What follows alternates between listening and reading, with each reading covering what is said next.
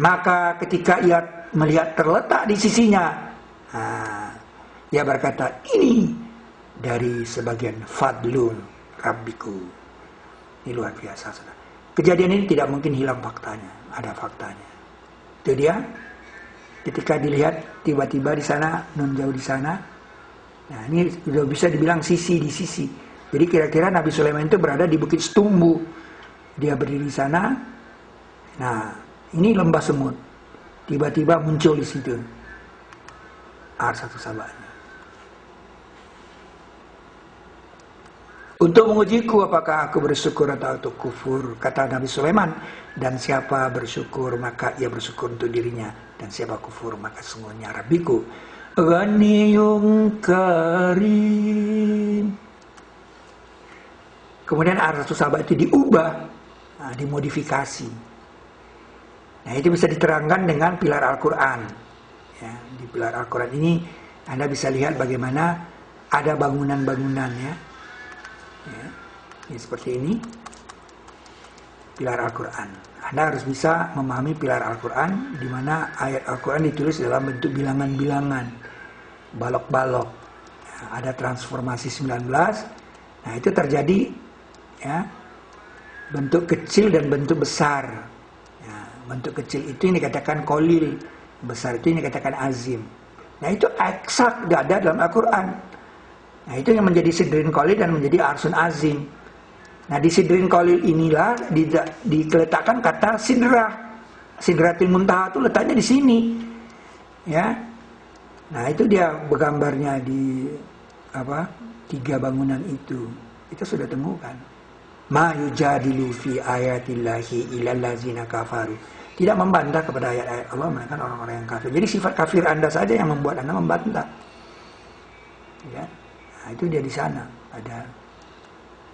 Ada kata sidrah di situ. Ya, sidrah. Ya. Dan ini jadi piring nanti ini. Ada 3 piring di sini.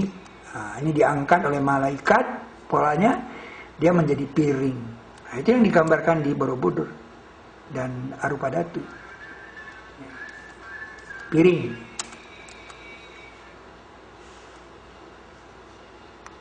Jadi secara matematis ada, gambar ini ada di pilar Al-Quran. Anda perlu tahu, kalau Anda ingin mengetahui tentang sidru, Anda harus pergi ke negeri Sabah. Karena di negeri Sabah lah yang disebut sidrin kolil. Sidrah sudah dilihat Nabi pada Isra Mi'raj, 2 sidrah. Kata 2 sidrah, 14 dan 16 surat 53. Yang satu lagi orang di sorga. Ya, Anda harus tunggu masuk sorga baru mengerti dengan sidrin mahdud. Tapi sebelum Anda masuk surga di dunia, Anda harus ke negeri Sabah. Itu makanya Allah mengatakan, berjalanlah padanya. Apa? Di situ ada sidrin kolil. Bagaimana sidrin kolil? Kalau Anda katakan pohon, berarti Anda mengatakan orang di surga di bawah pohon kayak Tarzan. Itu kesalahan. Sidrin kolil itu dia kolil, memang kecil dia. Sidrin kolil. Sidrin kolil. Ini sudah fakta ke-9. Maka ia berhenti tidak jauh. Famakatha ghairu ba'id. Siapa yang tahu ini? Pastilah Nabi Sulaiman. Ya, perhatikan katanya. Fanzur maza yarji'un. Apa yang mereka kembalikan?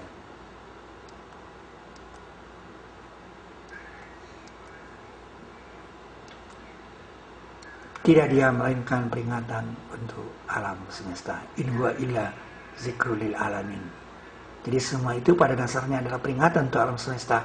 Allah Ta'ala membuatkan sebuah konsep ars lewat Arsatu Sabah dan pernah dipindah di zaman Nabi Sulaiman. Dan itu harus dipelajari oleh setiap manusia. Dan sungguh kamu akan mengetahui kabarnya setelah satu masa. Itulah negeri Sabah dan itulah Borobudur kedua.